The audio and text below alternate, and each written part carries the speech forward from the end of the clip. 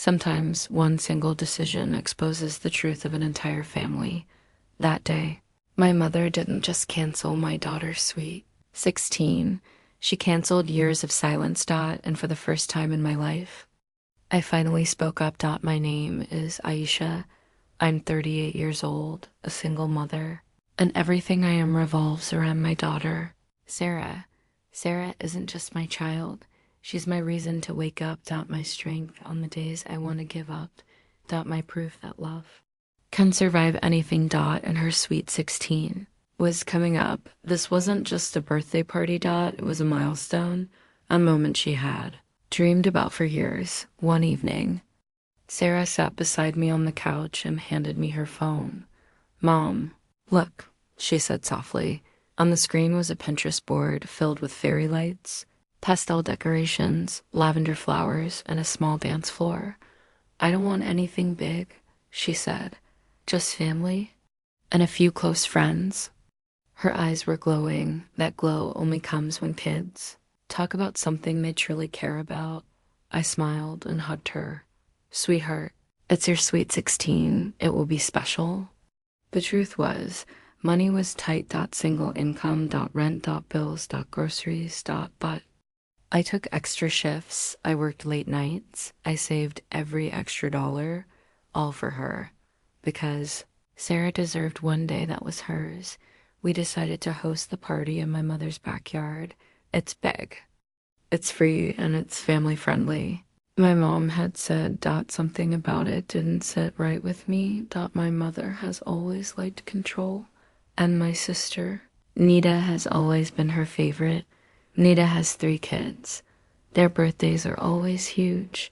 Their needs always come first. Sarah, on the other hand, she's strong. She understand. Maybe next time. I'd heard those words my entire life. 2 weeks before the party, my mom said casually, "Netta's kids have exams coming up. Maybe keep the party quiet. Quiet, a sweet 16. I replied calmly, "It's just one evening. The music won't even be loud." She didn't argue, but her silence felt heat. 3 days before the party, I was at work. When my phone rang. It was my mom. Her voice was different. "Aisha, we need to talk." My stomach dropped. "What's wrong, Mom?" "I think it's best if we cancel the party." I froze. "Cancel?" I whispered. "You mean reschedule, right?" "No, cancel." I felt dizzy. Invitations are sent. The cake is ordered. Decorations are already here. She sighed. Netta's kids are stressed. And honestly, the backyard isn't suitable for so many people. I couldn't believe what I was hearing. "So, my daughter's sweet 16 is less important than their study schedule?" She replied coldly, "Don't overreact. Sarah will understand." Telling Sarah was the hardest part. She listened quietly as I explained. Then she asked the question that shattered me. "Mom, did I do something wrong?" I grabbed her hands immediately. "No, baby, never." Tears filled her eyes. "Aunt Netta's kids are more important, right?" That's when my heart broke. Not loudly. Not dramatically. It cracked silently. The way hearts do when they've been hurting for too long. That evening, I went to my mom's house. Nita was there, sitting comfortably while her kids colored in notebooks. She smiled like nothing was wrong. "Aisha, you understand, right? Kids have pressure these days." I looked at her and said, "So their exams matter more than my daughter's birthday?" Before she could answer, my mother cut in. "Stop making everything dramatic." "Dramatic?" "My daughter's sweet 16 was dramatic." Then my mom said something she probably didn't realize would change everything. "Nita's kids are sensitive. Sarah is strong. She manage." That sentence echoed in my head. She manage. She always does, because she has to, because no one ever chooses her first. I took a deep breath. "No," I said quietly. The room went silent. "No more." My mother stared at me. "You're being unreasonable." "For years, Sarah has been the one who sacrifices," I said. She's always the one who understands, always the one who steps back. Nita rolled her eyes. You're just jealous. She said, jealous? A mother standing up for her child is not jealousy. It's survival. I stood up straight. The party is not canceled. My mom gasped. This is my house. I know, I replied, and that's fine. Her eyebrows rose.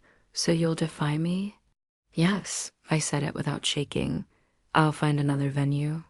For the first time in my life, I wasn't afraid of her disappointment because my daughter's heartbreak mattered more.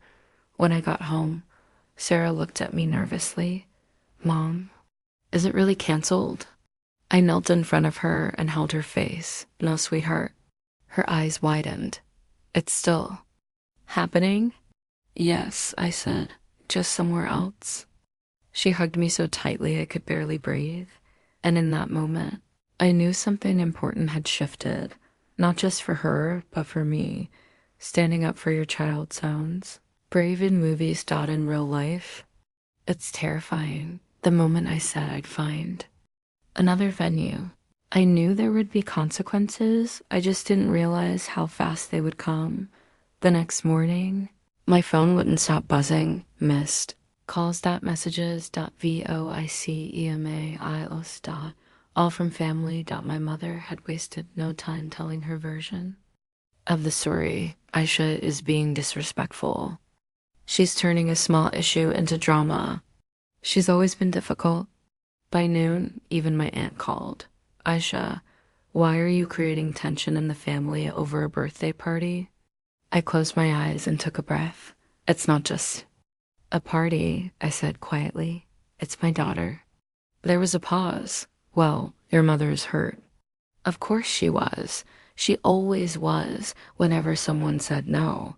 That afternoon, I started calling community halls. Too expensive already. Booked. Outside our budget. Each rejection felt heavier than the last.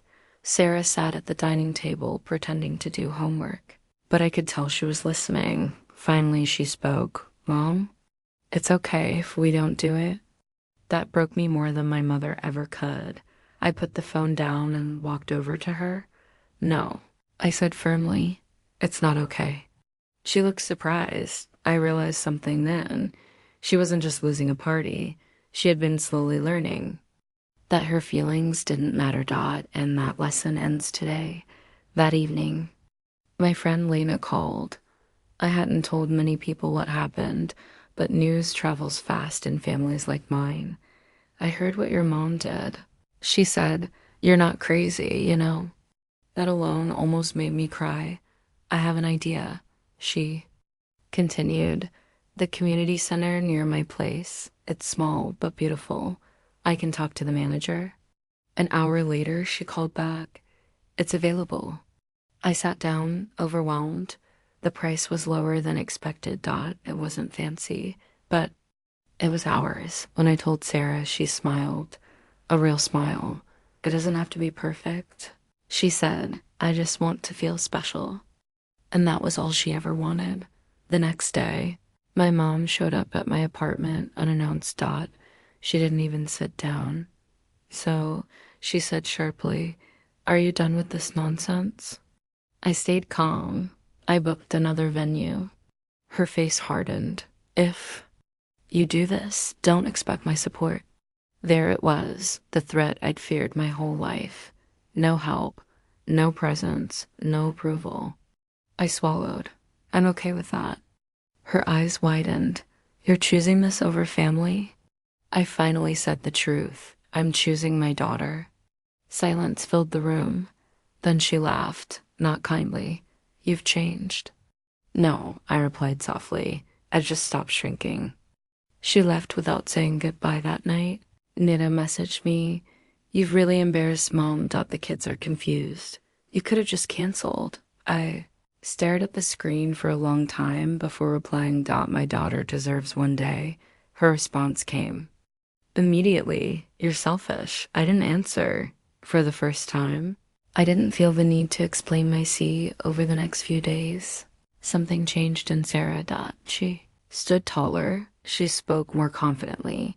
She even invited her friends without hesitation. One night she said something I'll never forget. Mom, thank you for not choosing everyone else over me. I had to turn away so she wouldn't see me cry. I hadn't realized how deeply she'd noticed everything closer the party got. The colder my phone became, relatives declined the invitation. Some didn't reply at all. One cousin texted, "Your mom says you're making her look bad." I typed back, "I'm not responsible for how her actions look." That felt powerful. Scary, but powerful. The night before the Sweet 16, I couldn't sleep. What if no one showed up? What if Sarah was disappointed? What if I'd made everything worse? At 2 a.m., I walked into her room.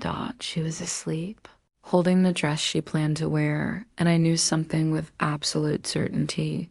Even if it was just the two of us, it would still be worth it. The day of Sarah's Sweet 16 arrived quietly. No calls from my mother. No messages from my sister. No last-minute family drama. Just silence. And strangely, that silence felt peaceful. Getting ready, Sarah woke up early that morning. Nervous energy buzzing through her. She kept checking her phone. "Mom, do you think people will come?" I smiled and brushed her hair back. "They will." I didn't know if that was true, but she didn't need my doubts. She needed my confidence. She put on her dress slowly, carefully, like the moment mattered, and it did. When she stepped out of her room, I had to catch my breath. She didn't look like a little girl anymore. She looked strong. Proud. Seen. "You look beautiful." I whispered. She smiled, and for the first time in days, her smile reached her eyes. The party begins. The community center wasn't glamorous. But it was warm. Fairy lights lined the walls. Soft music played in the background. The cake sat perfectly. In the center of the table, the doors opened. Sarah's best friend walked in first. Then another, and another. Within 30 minutes, the room filled with laughter.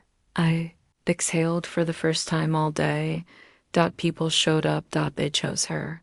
The absences that hurt, but there were empty spaces. No grandmother.